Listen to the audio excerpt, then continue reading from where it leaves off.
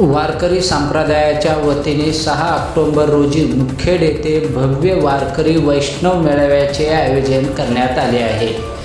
जिल्हा परिषद हायस्कूल मुलीचे मैदान मुखेड येथे दिनांक 6 ऑक्टोबर 2024 रोज रविवारी भव्य वारकरी वैष्णव मेळाव्याचे आयोजन करण्यात आले असून या कार्यक्रमाचे उद्घाटक म्हणून श्री ह.भ.प. गुरुवर्य गहिनीनाथ महाराज हौशेकर, कार्यक्रमाचे अध्यक्ष व्यंकटराव पाटील गोजेगावकर, तर प्रमुख पाहुणे म्हणून मुख्यमंत्र्याचे खाजगी सचिव बालाजी पाटील खदगावकर यांची उपस्थिती लाभणार आहे।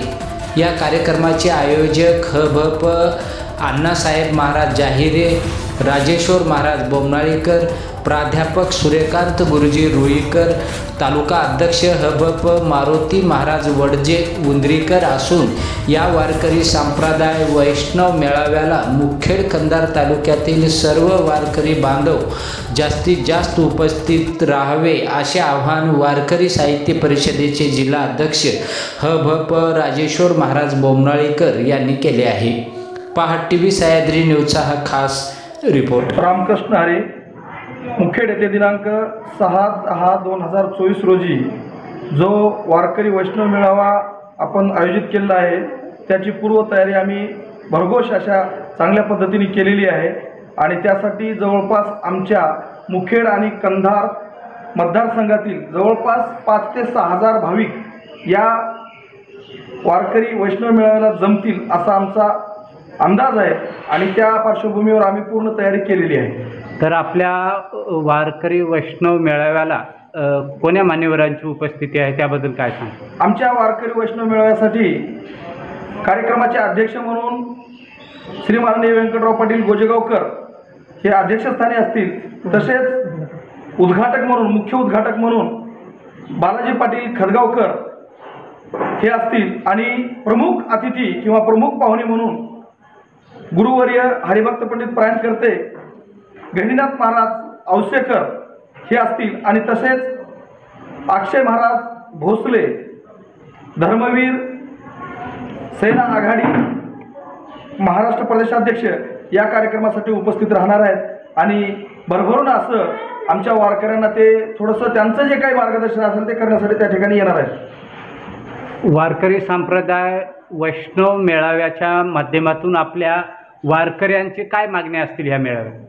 विशेष मागणी म्हणजे वारकऱ्यांचा जे चाललेला आज समाजामध्ये प्रत्येक ठिकाणी वारकऱ्यांवर जे काही गोष्टी आहेत, अनिष्ट रूढी आहेत त्या बंद करणे, तसेच जे ज्येष्ठ साहित्यिक कलावंत आहेत आज आयुष्यभर ज्यांनी आयुष्य वेचलं आणि शेवटी त्यांना कुठंतरी जी शासनाची तुटपुंजी जी व्यवस्था आहे ती सुद्धा व्यवस्थित मिळत नाही, त्या अनुषंगाने किंवा वयोश्री अशा प्रकारच्या योजना ज्या आहेत त्या आपल्या वारकऱ्यांना समजून सांगून किंवा वारकऱ्यांचे वेगवेगळे जे प्रश्न आहेत की वारकरी आमचा आज प्रत्येक ठिकाणी काय अवस्था आहे तर ते सांगितलं तर ते सांगता येत नाही आणि ती अवस्था कुठंतरी खालावली असं वाटतंय आणि आमचा कुठंतरी संत समागमाचा स्तर कुठंतरी कमी झालेला असं वाटतो।